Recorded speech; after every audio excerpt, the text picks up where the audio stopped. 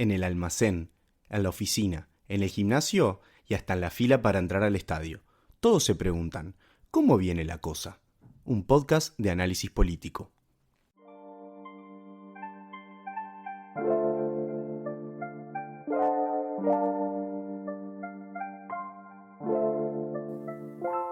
Bienvenidos, bienvenidas a este nuevo episodio de La Cosa en video podcast. Gracias por estar del otro lado, por seguirnos en todos nuestros canales, en YouTube, en Spotify, también a los amigos de Caras y Caretas TV que siempre amablemente nos brindan este espacio, esta bella infraestructura para que todo se vea y se escuche muy bien.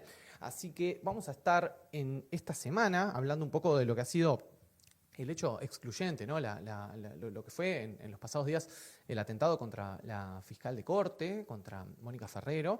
Pero bueno, un episodio preocupante que habla a las claras de los problemas que atraviesa el Uruguay en materia de violencia, bueno, de crimen y de sobre todo nuevas modalidades del crimen.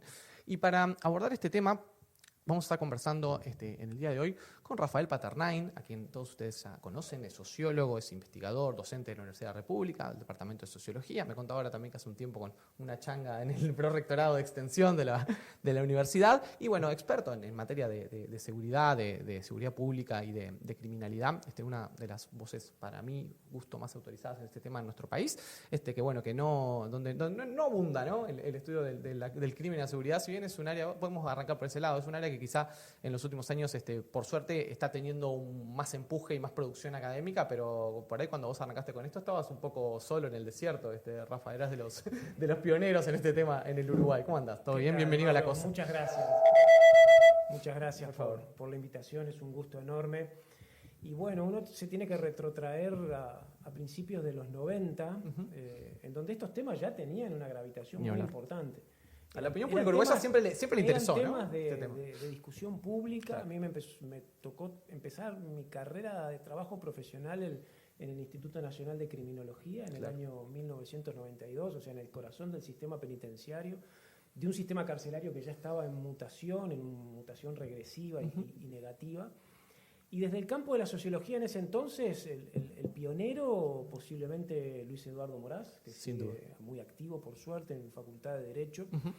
Y como referente teórico y como animador también de debates y de debates públicos, no quiero dejar de mencionar la figura de Rafael Weisser, Sin duda, que fue muy inspirador para muchos nosotros desde el punto de vista de sus posturas, de sus señalamientos, más desde el lado quizá de la reflexión teórica, y de la crítica, pero también y de la crítica política que hoy echamos tan en falta. Y muy poca cosa más, pero eso cambió radicalmente y hoy podríamos decir que un campo de disputa académica, hasta de competencia académica, sin duda, bastante más vigoroso del que teníamos anteriormente, porque claro, la proliferación del fenómeno, la demanda del fenómeno ha hecho también que hubiera una reacción académica a muy distintos niveles y con muy distintas perspectivas. Yo en ese sentido, porque aparte el campo de las ciencias sociales o de la sociología se incorporaron muy tarde a estos temas, ¿no? Porque no dejamos de mencionar ni que hablar el campo jurídico, el campo del derecho, de la ciencia de la salud, de la psiquiatría, de la psicología, de la antropología forense. Son campos preexistentes a la llegada de las ciencias sociales. Yo todavía sigo echando muy en falta la mirada de la ciencia política en torno a esto, también desde el punto de vista académico. Ahí los aportes que hay son más bien pocos y fragmentarios. Más recientes, ¿no? Más recientes. Yo creo que se necesita mucha más ciencia política para desentrañar algunos procesos de política pública en el campo de la seguridad, que creo yo que son también parte de los déficits que hoy tenemos. Sí, ahí hablas del desarrollo más académico, disciplinar, y luego otra dimensión de esa discusión es cuánto ha logrado el conocimiento experto encontrar un lugar en el debate público y sobre todo en el intercambio con los tomadores de decisión, ¿no? Que quizá ahora podemos hablar de que al menos ha habido avances, quizá 10 o 20 años atrás ese diálogo era mucho menos rico y fermental de lo que es hoy. Pero, sin embargo, pareciera que sigue siendo un área de la política pública donde cuesta mucho a los tomadores de decisión incorporar el conocimiento experto, ¿no? Si uno lo compara con, no sé, las políticas sociales, la política educativa, donde los que están en las usinas del pensamiento y del conocimiento forman mucho más parte del proceso de toma de decisión. Bueno, en seguridad sigue habiendo como una cosa un poco no, muy desconfiada, ¿no? Del sistema político, de los operadores de la política pública de seguridad, respecto a el aporte que se puede hacer, incluso hasta un desdén, una cosa así. Fulano es un académico, ¿no? Como siempre, como una cosa un poco peyorativa de que, bueno, no es quien está acá poniéndole el pecho a las balas, literalmente, ¿no? Entonces, nada, también un comentario sobre eso, ¿no? Si ves algún avance en ese sentido. Lo que pasa que también lo que se llama el campo experto es muy heterogéneo, porque hay distintos tipos de experticia. De alguna manera hay disputas en torno a la experticia, porque ¿quién puede tener en el campo de la criminología un saber experto en exclusividad? No, claro. De alguna manera los operadores institucionales también son considerados técnicos, expertos. Esa manida frase, bueno, el que sabe de esto es fulano, mengano, porque es fiscal, es policía, es defensor, es parte del operador del sistema, y los demás de alguna manera tienen como una referencia más lejana o más objetivantes. Es muy difícil tramitar en un campo tan complejo, tan abierto, tan polisémico, en donde se cruza lo social, lo político, lo actitudinal con las representaciones sociales, poder hablar de una única experticia. Y además es un campo muy atravesado por las disputas político-ideológicas. Entonces, ahí a veces hay expertos, digamos, la experticia no es necesariamente una experticia neutral. Yo podría poner una cantidad de casos, a mí no me gustaría ser experto en dispositivos de control de la conducta y de vigilancia en espacios microcerrados como parte de mi conocimiento, no me atraería poder desarrollar eso. Pero yo no puedo negar que no haya expertos en torno a eso y que no haya demandas en torno a eso. Entonces, también la relación que la ciencia y la técnica tienen con el campo de la seguridad es una relación muy compleja en sí misma, que está atravesada por estas diferencias ideológicas. A veces nosotros del campo académico buscamos financiamiento, entonces construimos nuestra propia necesidad. Y a veces desde el campo político buscamos los discursos que nos puedan ser más afines, claro, o más funcionales. Entonces no hay linealidad en ese sentido, y yo creo que en realidad lo que hay que es enriquecer el diálogo de perspectivas muy distintas. Por supuesto que tomar muy en consideración el peso y la relevancia que los argumentos fundamentados y fundados puedan tener, pero en última instancia es la política la que tiene que también trasuntar proyectos sustantivos y no delegarlos en las tecnocracias. A mí un poco me preocupa, porque el conocimiento técnico sin duda es importantísimo para guiarse, para tomar decisiones, para tener fundamento, pero me preocupa en cualquier arena de política pública cuando hay procesos de delegación tecnocrática. Sin ir más lejos, hoy yo creo que hay un proceso interesantemente virtuoso en el campo de la seguridad y en el Ministerio del Interior, entre la actividad política y algunos elencos académicos, sí, y técnicos, por llamarle de algún modo. Yo miraría eso con muy buenos ojos. En el primer gobierno del Frente Amplio, cuando se crea el Observatorio de Violencia y Criminalidad, podemos trazar tal vez un antecedente en el que también fue virtuoso, pero siempre tenemos que tener claro que es un terreno especialmente conflictivo, y hay que saber navegar ese conflicto sin desestimar opiniones, y en todo caso como sociedad, valorar aquellas que tengan mayor rigor y mayor fundamento en función de la naturaleza de los temas que tenemos entre manos, que son bien complejos. Sí, hablabas algo sobre cómo se construye este elenco actual de gobierno en materia de seguridad. Yo recuerdo que en la transición, cuando empiezan a aparecer los nombres y las designaciones, yo al menos como mi rol de analista político, yo también veía como interesante la apuesta que hacía el presidente Orsi. De alguna manera era cambiar una pisada, ¿no?, en materia de seguridad, en el sentido de que, veníamos como un discurso muy arraigado, muy histórico de el Ministerio del Interior como el ministerio más político, el ministerio netamente político. Y algo de eso estaba en la historia de Uruguay, esa cosa de, es el ministro que empuña las armas, ¿no? Es el ministro que nada menos que tiene a su cargo el aparato represivo del Estado. Entonces veníamos como de mucho tiempo de tener figuras muy con esa idea que tenía que tener espalda política propia, ¿no? El ministro tiene que tener una espalda así, esa cosa de, bueno, un Bonomi, ¿no? Que era líder de la 609, después un Larrañaga, que era líder de su sector y candidato a la presidencia, después Luis Alberto Heber, un histórico del Parlamento. Esta idea de que, bueno, como que en este ministerio precisás tipos que puedan bancar la toma. Y evidentemente eso a nivel después uno puede evaluar cada una de las gestiones, sus pros y sus contras, pero a nivel político ha tenido un riesgo grande que ha sido una inevitable partidización de la discusión, porque si yo soy un parlamentario y del otro lado al que tengo es a Bonomi o a Larrañaga o a Heber, ya por definición el otro es un adversario político, que tiene una bancada propia, que tiene votos propios, que tiene hasta una proyección política. Entonces, como que era inevitable, ¿no? Un poco la partidización del tema, no solo por este motivo, pero me parece un motivo que había que considerar. Yo creo que de alguna manera la apuesta que hace Orsi es correr ese foco, decir, bueno, el ministro del Interior al que vamos a apelar y su elenco no es una figura a la cual, no es cartón ligador de entrada, no es una figura que de repente viene desde la justicia, que puede lograr quizá intentar otros consensos, otra llegada. Por ahora igual, eso pareciera que están las intenciones del ministerio, ¿no? La propuesta de un plan nacional de seguridad, de un diálogo que conduzca a un plan nacional de seguridad, pero por el lado de la oposición no le han dado mucho changüí al ministro, ¿no? Como que de entrada ha recibido prácticamente como las mismas críticas que hubiese recibido un ministro más netamente de corte político. No sé, ¿cómo has visto estos primeros meses en ese sentido de una figura tan novedosa como la del ex fiscal negro al frente de esta cartera?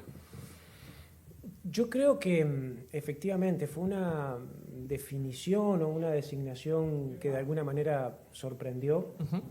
A mí me sorprendió positivamente, un poco conociendo la trayectoria del actual ministro, su inserción anterior, que no deja de ser problemática también, ¿no? Porque en el caso siempre pensando en términos institucionales, cuando figuras tan representativas de lugares tan delicados como en este caso puede ser la Fiscalía, pasan rápidamente a la actividad política o sin escalas, eso también puede tener su sesgo complejo desde el punto de vista de la fortaleza institucional de un país. Pero dejando de lado eso, me parece que sigue siendo una figura que arraiga justamente en una práctica jurídica, en una práctica profesional importante, que conoce de primerísima mano algunas de las dinámicas de la violencia y la criminalidad en el país, una figura de mucha formación y que ha tenido también una reflexión, una trayectoria en el campo social que lo aleja de alguna manera de los manidos lugares comunes en torno a la punitividad, en torno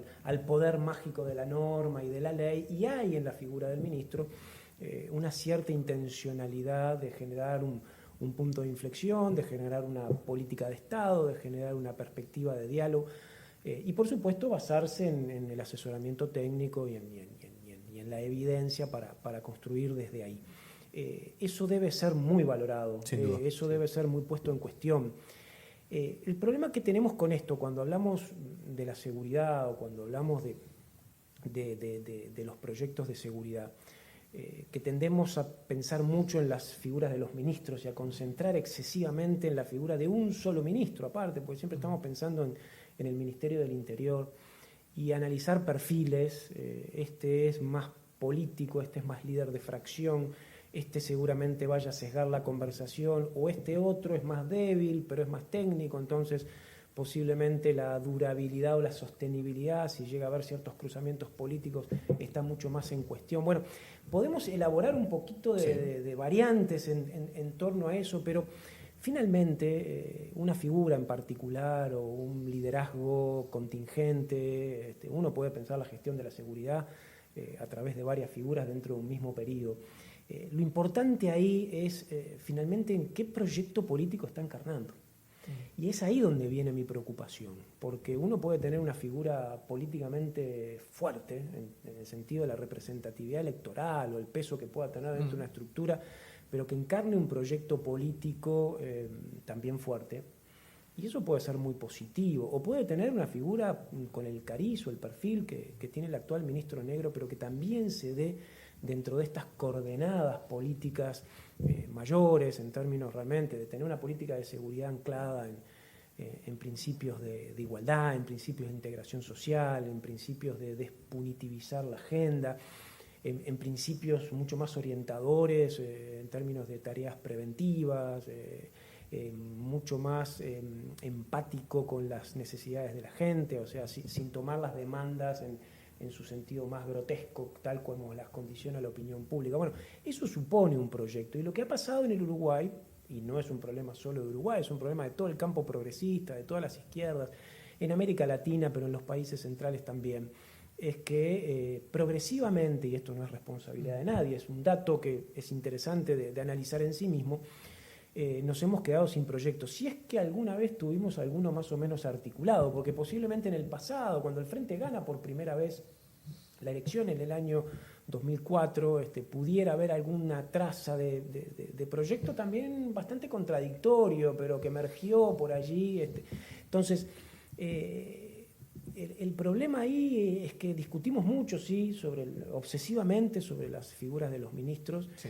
Y uno tiene la sensación, y trato de vincular esto con lo que pueda pasar ahora en inmediato, en términos de coyuntura política y con el episodio que también nos trae por aquí, es que finalmente hay algo un poco descorazonante para la construcción política, lo digo desde el punto de vista de la construcción política, que no importa quién esté, sea bueno o malo, de perfil dialoguista, o sea un político de traza más tradicional, esos que han sobreabundado en el periodo anterior, ¿no? Porque realmente el Partido Nacional, la coalición, condujo con elencos políticos entre comillas fuertes y fue una gestión que terminó enredada en una dinámica, llamaría bochornosa, ¿no? Por todos los episodios.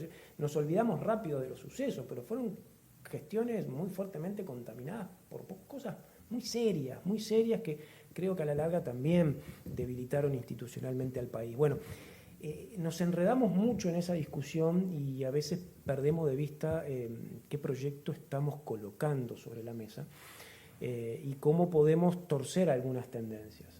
Que cualquiera que esté va a ser muy difícil, Entonces, cuando pasan estas cosas,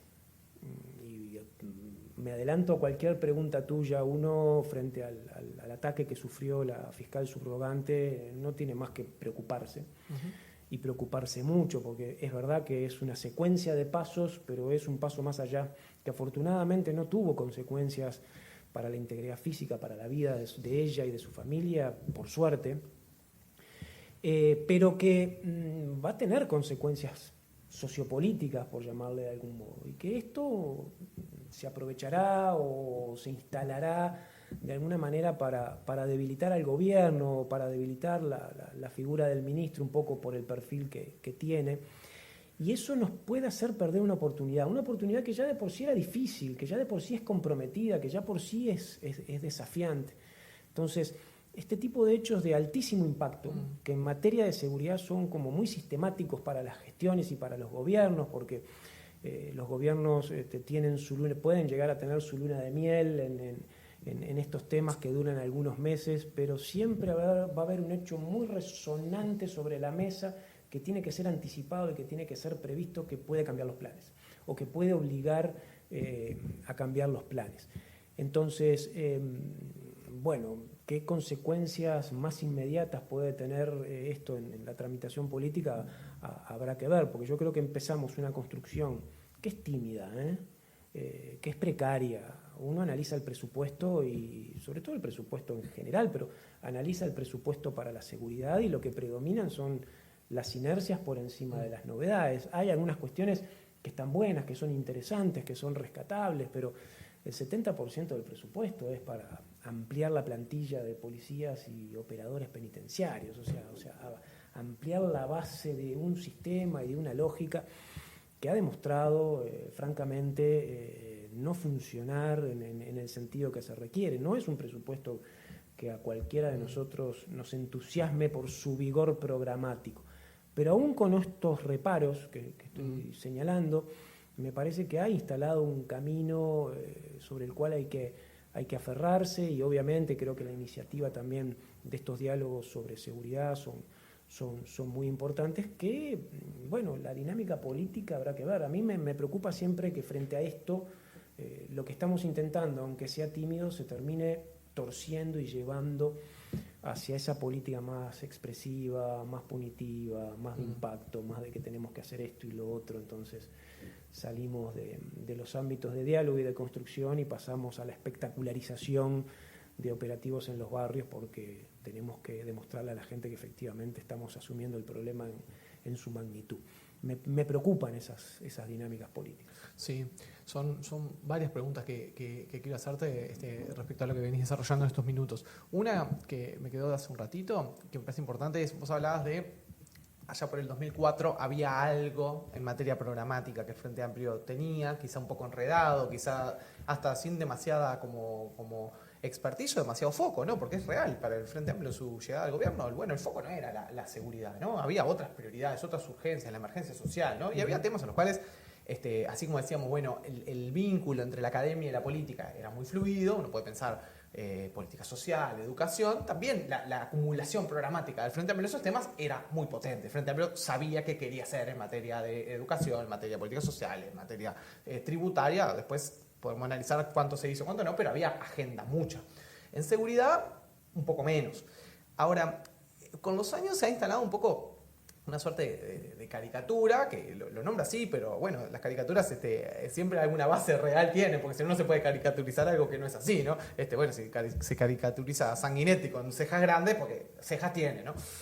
Pero se ha instalado esta caricatura un poco de que, bueno, de que en la izquierda uruguaya, un poco el discurso en materia de seguridad se agotaba bastante en torno a la cuestión social. Es decir, bueno, el problema es que hay muchos pobres y que los pobres roban porque el capitalismo los excluye. Entonces, si combatimos la pobreza e incluimos, va a mejorar la seguridad. Y me imagino, vos como un teórico, un académico y una persona con valores de izquierda, que ha estado comprometido, formado parte del gobierno del Frente Amplio, has tenido que disputar mucho contra ese relato. ¿Qué tiene de cierto y qué tiene de falso esa caricatura de que la izquierda agota un poco su discurso de seguridad con la cuestión social y con la crítica al capitalismo y no logra articular algo más novedoso que ese discurso? Bueno, en primer lugar es una caricatura. Sí, lo es. Me hago cargo. No, la traigo como pero está tal. bien y funciona en el campo político como una caricatura. Sí. Tal es así que ha sido muy gracioso que a José Díaz y a Daisy Tourné, ambos dos ministros del primer gobierno del Frente Amplio, se le ha atribuido con absoluta impunidad ser los padres intelectuales de aquella famosa expresión de la brecha entre la sensación térmica y la temperatura, o la temperatura, cuando en realidad el padre intelectual y material de esa creación fue Juan Andrés Ramírez durante el primer gobierno del Partido Nacional. Entonces, las caricaturas, los estigmas, uno puede obviamente desestimarlos con cierta rapidez. El problema es que tienen efectos políticos. Exacto. Tienen efectos de discurso. Entonces, lo curioso y lo interesante es que hagas lo que hagas, a veces es muy difícil salir de ese lugar. De que la izquierda es prochorro. Claro, de que ahora quiero ir un poco más a fondo, ¿no? El asunto es el siguiente, que si tú estás dentro de este campo, y así asegures que tenés la política represiva más compacta, que tenés la tasa de prisionización más alta, capaz de endurecer las penas, que sos capaz de tener la política criminal más restrictiva desde el punto de vista de destruir el modelo de la progresividad penitenciaria, que podés tener el discurso más desagradablemente estigmatizante, siempre por el hecho de estar dentro del campo de la izquierda, te vas a llevar esa etiqueta de ser condescendiente, de ser débil, si venís del campo académico, obviamente ingenuo, naif. Frutillitas. Estoy diciendo todas las cosas. El senador Zubida. Sí, todas las cosas que nos dicen. Sí, dicen, a mí me las han dicho todas, y la más linda es que nunca conocimos Avenida Italia al norte, ¿no? Lo cual, bueno, no sé cómo sabían eso, pero... ¿Cómo saben tanto tus trayectos por dónde andas por la ciudad? Cómo me muevo, pero bueno... Pero eso tiene, más allá del caso, más allá de la anécdota, tiene efectos políticos que hagas lo que hagas, siempre te van a colocar ahí, ¿no? En el lugar de la debilidad, en el lugar de, como ahora, ¿no? De no darle el respaldo a la policía, por ejemplo, ¿no? Que el Frente gestiona negando a la policía, no dándole el respaldo, atándola de manos, cuando uno podría hacer una trayectoria del análisis de lo que han sido las políticas de policía durante los gobiernos de izquierda, que claramente no se corresponden que han sido súper favorables a la policía. Con nada de eso. El aumento de salario. Es un actor al cual se le ha tomado muy en serio en sus complejidades, Sí. porque no hay actor más complejo que la policía y actor donde se tramiten más desigualdades internas adentro de la policía. A veces, desde mi punto de vista, con riesgos, con excesos, en el sentido que a veces nos hemos transformado en voceros de la policía, ¿no? Cuando tenemos que tener conducción política que trasunte o que traccione otras cosas.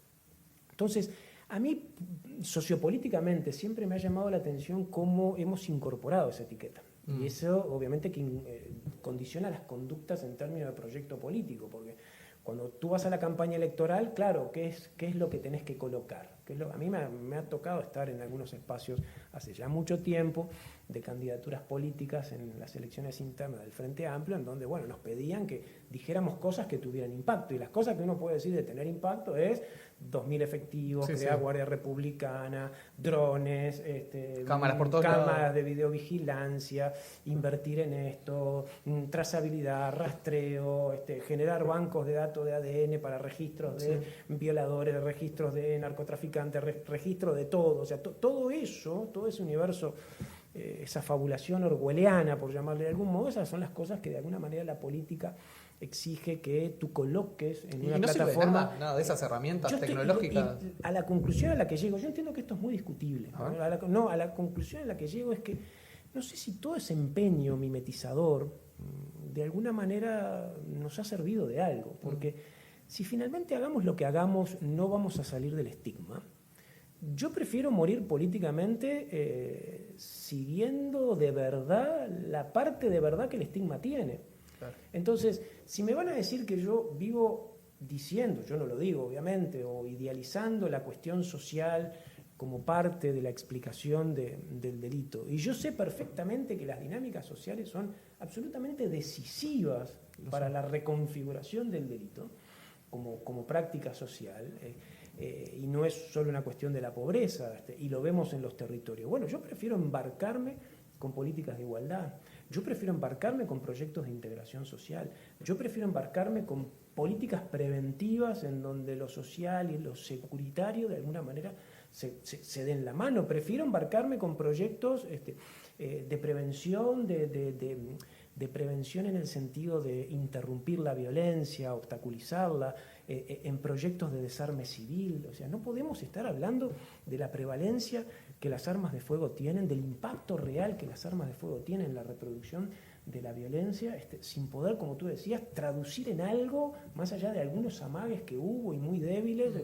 Entonces, si me van a debilitar por el otro lugar, prefiero ser estigmatizado, pero bueno, llevando a cabo, pudiendo materializar en verdad un proyecto más ambicioso. Es muy interesante. Ahora, ¿a qué voy? El primer gobierno del Frente Amplio, particularmente, es posiblemente el más estigmatizado desde adentro y desde afuera, y fue un gobierno muy transaccional, muy prudente, que había que tomar en cuenta primero el escenario que el país tenía, la situación interna de la Policía Nacional en el año 2004, y de algún modo fue una gestión que procuró arraigar, generar una hoja de ruta y de alguna manera recomponer increíblemente el campo policial, que estaba muy desarmado, profundamente desarmado. La policía uruguaya en una situación de empobrecimiento en todos los niveles. Veníamos de una crisis profunda con 222 que carcomía, ¿no?, la vida de los policías, la falta de carrera profesional, la desprofesionalización profunda, y teníamos la situación de la emergencia carcelaria, ¿no?, con aquella medida que se tomó de humanización del sistema, ¿no?, las libertades anticipadas, que fue una medida brutalmente estigmatizante para la gestión del Frente, y fue de las medidas de política pública que logró tener, en términos comparados y en promedios, posiblemente los porcentajes más bajos de reincidencia. Y no nos sacamos esa lápida por los siglos de los siglos. Y después vino la larga gestión de Bonomi, que tuvo sus particularidades, que obviamente supuso una reconfiguración de la hoja de ruta mucho más en sintonía con eso, pero también fue gestión profundamente estigmatizada y que partió las aguas, ¿no? Muy profundamente, y eso significó un obstáculo. Entonces, el gran problema posiblemente ahí es que en lugar de traducir ese estigma en sus partes potentes, como vos decías, siempre el estigma puede tener algún asidero de verdad. Bueno, si a mí me están diciendo que en realidad soy un ingenuo que cree en las causas sociales del delito, supongamos, yo quiero pararme ahí. Quiero pararme en esa ingenuidad, porque de realistas ingenuos ya hemos tenido gestiones largas, ¿no? Quiero pararme ahí y ver efectivamente cómo se puede construir un proyecto político desde ese lugar. Me parece que, bueno, está bien, la política a veces no, además la política, además de todas estas cosas que yo digo, también la política tiene una pulsión electoral y las dinámicas de reproducción de los aparatos políticos en claves electorales hay que entenderlas, ¿no? No es que yo las desentienda completamente. Ahora, si vamos a perder la elección por tibieza o por estar en una zona de parálisis o por mimetismo, y de cualquier manera la vamos a perder, bueno, yo prefiero perder dando las batallas más importantes. Vamos unos minutos al presente, ¿no? Y a esto que pasó, el atentado contra la fiscal, que bueno, lo decías en los primeros minutos, obviamente, la condena, todo lo que va de suyo. Ahora, hablábamos antes de arrancar el programa, esta cuestión de las profecías autocumplidas, ¿no? Cómo a veces en política funcionan y cómo actores que son parte de esta discusión, bueno, es como que pareciera que lo que uno puede leer en redes sociales o en las declaraciones públicas de parte del sistema político y de los que han estado más involucrados en la política de seguridad de los distintos gobiernos, esta cosa de se veía venir. Lo veníamos diciendo, parece evocando al fantasma del Toto da Silveira, ¿no? Parece esta cosa de lo veníamos diciendo, ¿no? Como todo el mundo veía venir que la penetración del narcotráfico en el Uruguay iba a traer como consecuencia, bueno, hechos que de a poco pareciera que siempre vamos bajando un escalón más, ¿no? Hace poco tiempo empezamos a ver homicidios en Uruguay que evidentemente tenían una marca, que es la marca del sicariato, ¿no? Algo que en Uruguay no pasaba años atrás. En el verano vimos a un muchacho que salió a la puerta de su casa con una beba en brazos y lo acribillaron a tiro. O sea, no, eso en Uruguay no se veía, ¿no? Después empezamos a ver, no sé, cuerpos desmembrados por la ciudad y bueno, falta nada para que veamos, cuerpos colgados del viaducto del Paso Molino. O sea, bueno, a como venimos, eso puede pasar, claramente. Que ataquen el domicilio de un fiscal, de un operador de la justicia, bueno, es algo que lo vemos mucho en todas en estas configuraciones, en las series norteamericanas, mexicanas, colombianas. ¿Qué hay para decir sobre esto, ¿no? Más allá del yo la vi primero o yo ya sabía que esto iba a pasar, que es hasta es un poco, al menos a mí lo veo viéndolo como analista, es un poco indignante cuando uno escucha al sistema político responder de esa manera, porque bueno, pareciera que si todos ya sabían que esto iba a pasar, qué macana que no se hayan puesto de acuerdo en hacer algo, ¿no? Para intentar evitarlo. Pero, ¿cuál es tu reacción frente a este fenómeno, frente a este deterioro que se está viendo de la violencia o de nuevas formas de violencia que aparecen y la reacción del sistema político? ¿Cómo lo ves? Ahí hay como dos procesos que se dan en torno al fenómeno sociológico de esto de la profecía autocumplida. Uh-huh. Porque si de alguna manera vengo yo aquí en esta conversación contigo a establecer algunos vaticinios de las cosas que podrían ocurrir dentro de 15 o 20 años en el Uruguay, probablemente lo que diga no tenga ningún efecto. Pero en general, estas profecías autocumplidas, por llamarle de algún modo, esta anticipación de escenarios negativos, siempre vienen de representantes o de voceros que encarnan ciertos poderes institucionales. Y que de algún modo, cuando están anticipando, también van teniendo, lo quieran o no, como ciertas responsabilidades. Lógico. Yo desde que estoy en estos temas, es una cuestión que me apasiona, porque esto de anticipar los escenarios más negativos es como recurrente. O sea, podría poner una cantidad de ejemplos. A mí me ha tocado en los 2000 también tener conversaciones de este tipo con el propio inspector Guarteche. Un profesional intachable, una figura realmente muy, muy, muy relevante, y él que ha quedado, cada vez que aparecen estas cosas, como un anticipador. Y a mí lo que me pasa con estas cuestiones es lo siguiente. Primero, cuando alguien anticipa esto, hay que tomarlo muy en serio. hay que tomarlo muy en serio, no como una probabilidad, seguramente va a ocurrir. El problema es tratar de desentrañar por qué estas cosas ocurren y se terminan instalando. Ocurren porque mientras sigamos entendiendo estos procesos como casi procesos naturales, virales, epidemiológicos, estas cuestiones que en realidad vienen y como están en toda América Latina y vino un viento, cambió la corriente, entonces se nos instaló acá porque no hay manera de resistirlo, porque tiene penetración universal, etcétera, etcétera. Entonces hay quienes lo pudieron anticipar, hay quienes no, entonces tenemos como esa concepción muy, muy epidemiológica. Nos vamos perdiendo de vista las coordenadas sociales e institucionales que habilitan o posibilitan los fenómenos. Y en general estas cosas terminan ocurriendo, o se terminan instalando, quiero decir, ciertas modalidades de violencia, ciertos mecanismos de instalación de economías ilegales, ciertas lógicas de colusión y de corrupción que se dan entre las tramas institucionales y estos mundos, ciertas intervenciones que de alguna manera a veces, más que ordenar, desordenan y desregulan y aumentan la violencia, ciertas políticas o ciertas lógicas sancionatorias y punitivas, más bien hechas al barrer, que terminan generando, yo que sé, dinámicas penitenciarias que son como elementos configuradores para que estas cuestiones se reproduzcan. Entonces, empezamos a tener con estas profecías autocumplidas a perder de vista los mecanismos institucionales que nos llevaron a esto. Sin ser politólogo, cuando pasan estas cosas, yo en general tiendo a pensar más bien en los déficits institucionales. En los déficits institucionales de la policía, de nuestras cárceles, en el proceso de deterioro que hemos tenido de una de las reformas más importantes del Uruguay de las últimas 2 décadas, que es el Código del Proceso Penal, todo el proceso procesal nuevo, no el penal, el proceso procesal penal y la institucionalidad en torno a la Fiscalía.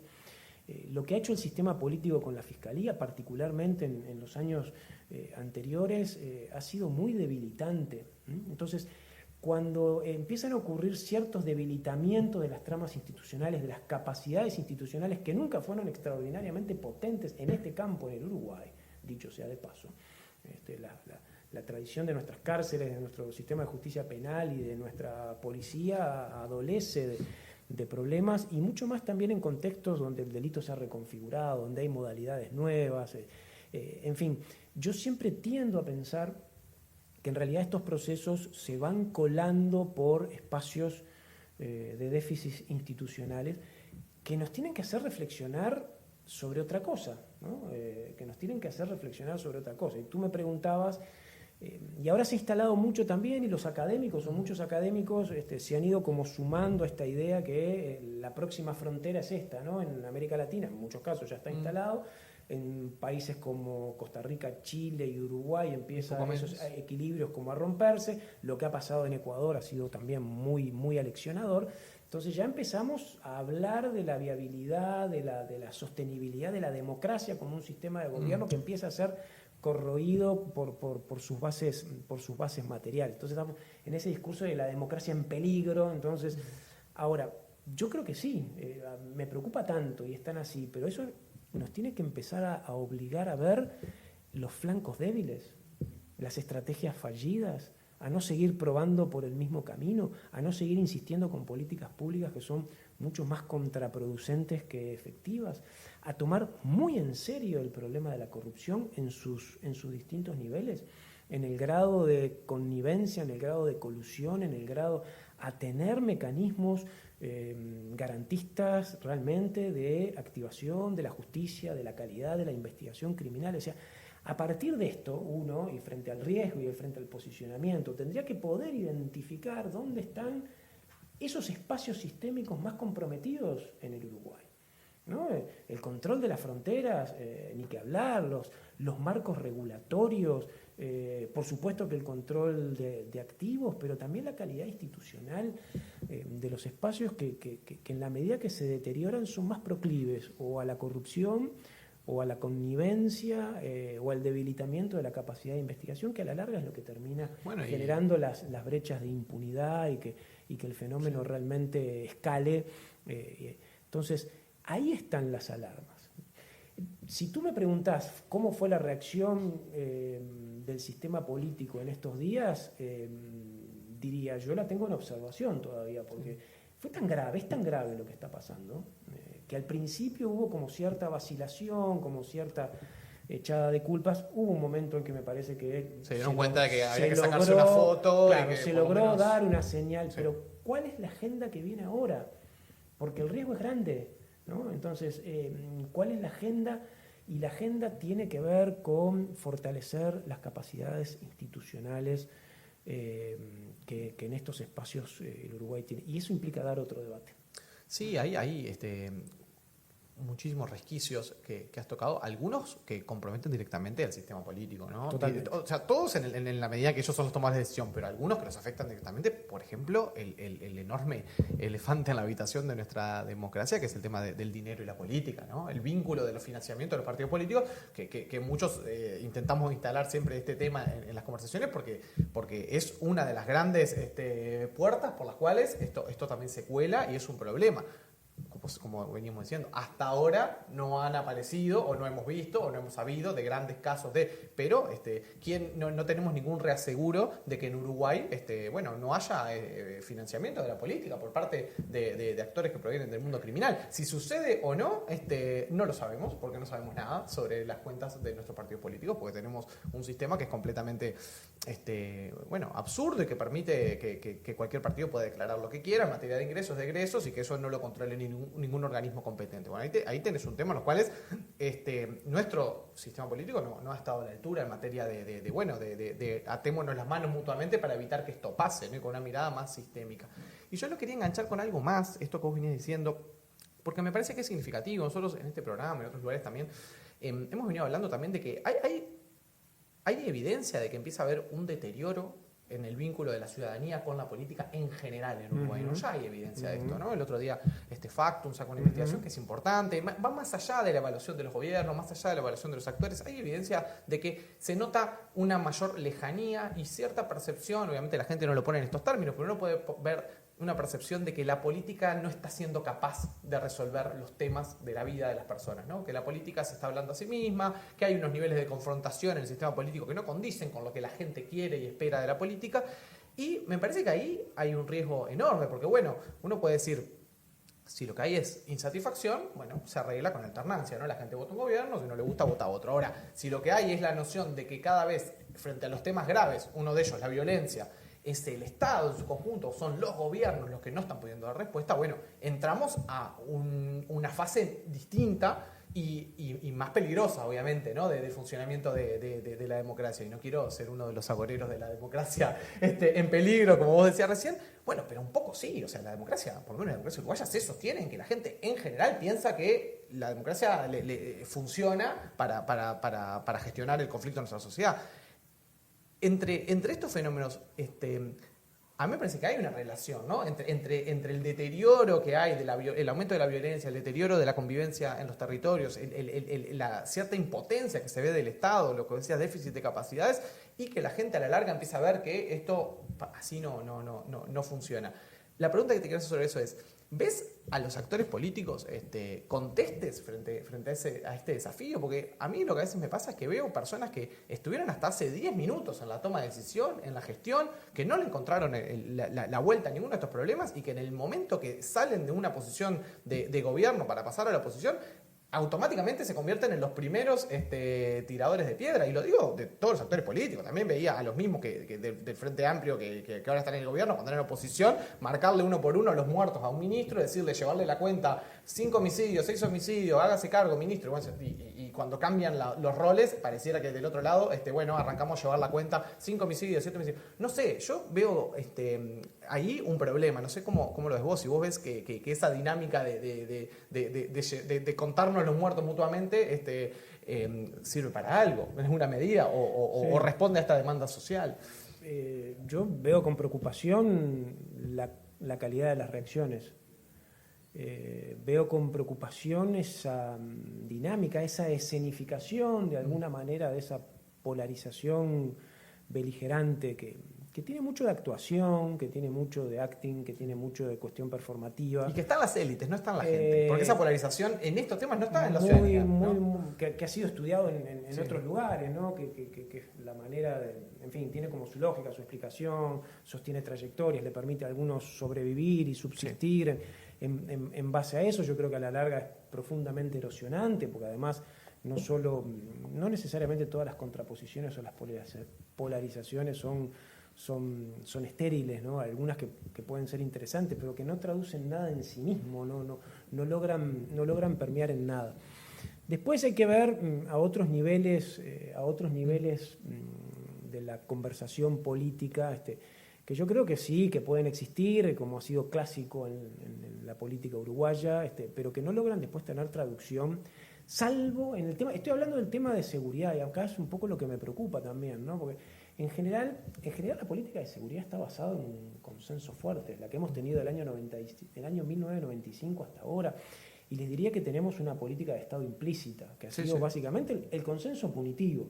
El consenso punitivo ha estructurado, el consenso punitivo y el de la vigilancia policial ha ido estructurando las agendas del Uruguay entre el año 1995 y el año 2025, y en el medio, por supuesto, esta pseudo dialéctica confrontativa, esta necesidad de diferenciarse, pero en realidad más o menos las lógicas son las mismas, todo este ruido, todo este bochinche, toda esta cuestión desgastante y desconcertante que hemos tenido en el país. Entonces, ¿qué se necesita para que no solo haya un cambio de actitud o la foto puntual frente al ataque a la fiscal subrogante, sino que realmente haya un cambio de concepción? Bueno, se necesita mucha persuasión, mucho trabajo político, se necesita que la política también se deje imbuir por discusiones sociales, se necesita la universidad, se necesitan los movimientos sociales, se necesita de una capacidad política que empiece a derramar también por otros lados.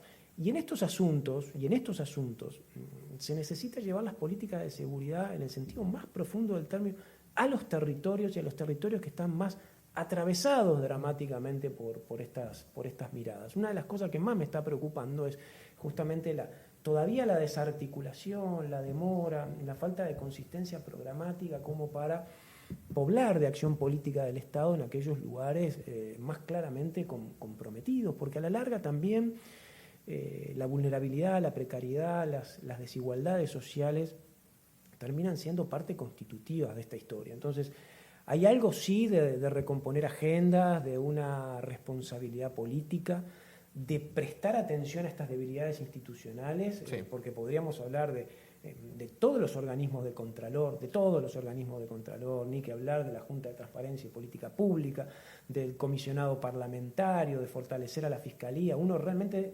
sabe que en el Uruguay los debates en términos de políticas de seguridad tienen todavía pendiente discusiones de transformaciones institucionales profundas.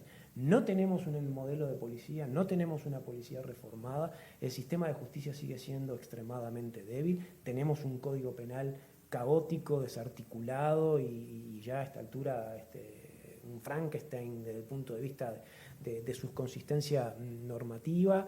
Tenemos mecanismos regulatorios a nivel del control de la gran criminalidad o de la criminalidad organizada o la de cuello blanco muy, muy, muy débil. O sea, tenemos todo eso, pero además tenemos fracturas sociales muy hondas, ¿no? Problemas de desigualdad profundamente arraigados, problemas de falta de reconocimiento, de falta de inserción social mínima, de precariedad, de precarización de la vida social en el Uruguay, que necesita también un proyecto de recomposición muy fuerte. Entonces, estas dos agendas, por llamarle de algún modo, la agenda de la integración social y la agenda institucional y de las transformaciones institucionales, es de lo que deberíamos estar hablando. No nos debería dar las horas del día para realmente traccionar agenda y alinear al sistema político si es que no queremos que efectivamente la democracia que tenemos hoy en día se nos vaya irremediablemente de las manos. En esta síntesis que hacías aparece como también una idea dual, ¿no? Y no puedo dejar de preguntarte por esto que se ha planteado a fines del gobierno pasado, esta idea del enfoque dual de, bueno, sí, prevención, pero represión, ¿no? Que un poco cuando uno veía también la designación de nuevos elencos de este gobierno y los nombres que circulaban, pareciera haber algún grado de continuidad con esa idea, ¿no? Con personas que en el periodo pasado planteaban esa idea, la dejaron plasmada en algunos documentos y este gobierno, bueno, pareciera ir por ese camino. Vos planteás una dualidad diferente, ¿no? Hablas del problema social, de la prevención del delito y de las reformas institucionales que son fundamentales. ¿No entra la tercera cuestión, la cuestión de robustecer mecanismos para la represión del delito? Engancho con un poco algo que comentamos minutos atrás, cuando vos decías, la proliferación de más policías, mejor armados, con más cámaras, con más tecnología. A esa dimensión, ¿vos no le asignás ninguna probabilidad de mejora sobre el problema o no le asignás Sí, efecto? claro, no, ni que hablar. Lo que pasa es que esa es como la fácil, ¿no? La que ya todo el mundo está de acuerdo. Es el esquema de política que predomina. Claro, es el predominante. Cuando se dice el enfoque, todas las políticas neoliberales de seguridad, implican, ya está más que estudiado, desde los 70 en Europa, en Estados Unidos y ha derramado hacia abajo, hacia América Latina, han implicado ese enfoque dual. Sí, fortalecer el armamento, la cámara. El enfoque dual básicamente es la vigilancia, que a veces puede ser una vigilancia blanda, o la cárcel. Sí. De alguna manera el fortalecimiento de los cuerpos policiales que basculan entre, ¿no? Entre la vigilancia más general y al mismo tiempo la selectividad de ciertos sectores sociales y permite cierta severidad punitiva y el incremento de las poblaciones carcelarias. Entonces, cuando a mí me hablan de enfoque dual entre prevención y represión, lo que yo tiendo a pensar es que, primero, sí, es dual en ese sentido, y ese es el problema. Ese es el enfoque básicamente predominante que hemos tenido a lo largo del tiempo, que ha dado los peores resultados. Entonces, como tú decís, posiblemente esa dualidad haya que cambiarla conceptualmente y haya que retraducirla políticamente hacia otro campo. Cuando se habla de la represión del delito, ¿no? La represión, es un concepto entre jurídico, entre jerga policial y el concepto de la represión que podemos tener cualquiera de nosotros en el sentido más común, que pasa desde, conjurar un delito, agarrar a alguien infraganti o mientras está ocurriendo, o eventualmente utilizar una violencia excedentaria que podrá ser más o menos legítima. Siempre le asociamos la idea de la represión a eso. Pero en realidad posiblemente el concepto haya que dejarlo de lado y haya que pasar a la cuestión preventiva, ni qué hablar.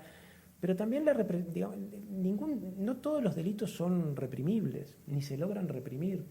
Entonces, ahí es necesario un proceso también de jerarquización y de mejora de la calidad criminal, de la investigación criminal. Claro. Eso es muy decisivo, eso es absolutamente decisivo. Y tampoco quiere decir que el delito no tenga que perseguirse, el delito tiene que perseguirse. ¿Cómo? ¿Cuál? ¿De qué manera?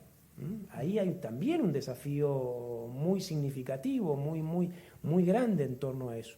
Y esa es la política criminal, la famosa política criminal, que en el Uruguay se supone que parte de eso tiene que estar bajo la órbita de la Fiscalía de Corte, que da las directivas a los fiscales y que es un organismo que está recontra debilitado, deslegitimado por los propios sistemas políticos. Para poner un ejemplo, el homicidio ha crecido en el Uruguay en la última década, o más de la última década, en paralelo al aumento del porcentaje de impunidad.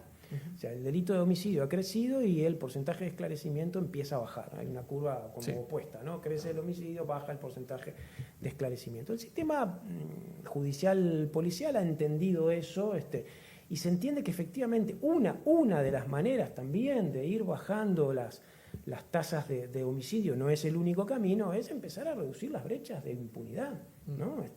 Porque eso también se ha demostrado que reduciendo las brechas de impunidad puede tener algún cierto efecto positivo en las tasas de homicidio. Bueno, se han hecho esfuerzos, de hecho hay fiscalías, brigadas especiales, el propio ministro actual tenía una cierta visión positiva, o sea, hay momentos o hay esfuerzos institucionales que van como en esa dirección, que hay que poder diseccionar mejor, que hay que poder profesionalizar, ¿no?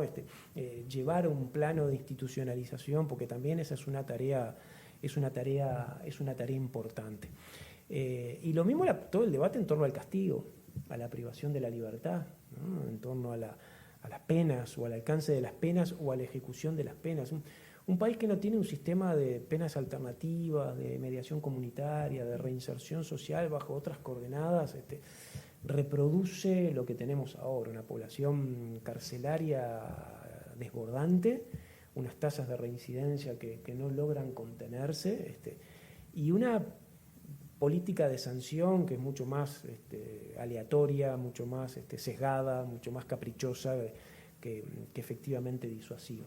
Entonces, toda esa parte del aparato que vos decías, todo ese componente que solemos darle ese nombre tan equivocado y tan que lleva justamente equívocos como es la idea de represión, por supuesto que también debe reconsiderarse y replantearse. Nadie está diciendo, cuando uno dice estas otras cosas, que el delito tenga que permanecer impune y que no tenga que haber sanción al delito. Pero bueno, hay que explorar agendas diferentes porque está claro que este camino que el país, que es muy propio del patrón latinoamericano además y que el Uruguay ha seguido y que se ha embarcado, no nos está llevando a buen puerto.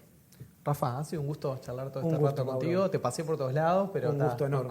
con enorme solvencia, como siempre, en tu respuesta, ¿no? La pregunta. Muchas gracias. Muchas gracias. A todos ustedes, gracias por habernos acompañado en este episodio de La Cosa, que bueno, intentamos abordar un tema que obviamente es preocupante, pero también importante traer otras miradas. Así que los invito a seguirnos en las redes sociales, a seguirnos en las distintas plataformas y a encontrarnos la semana que viene para que sigamos viendo cómo viene la cosa.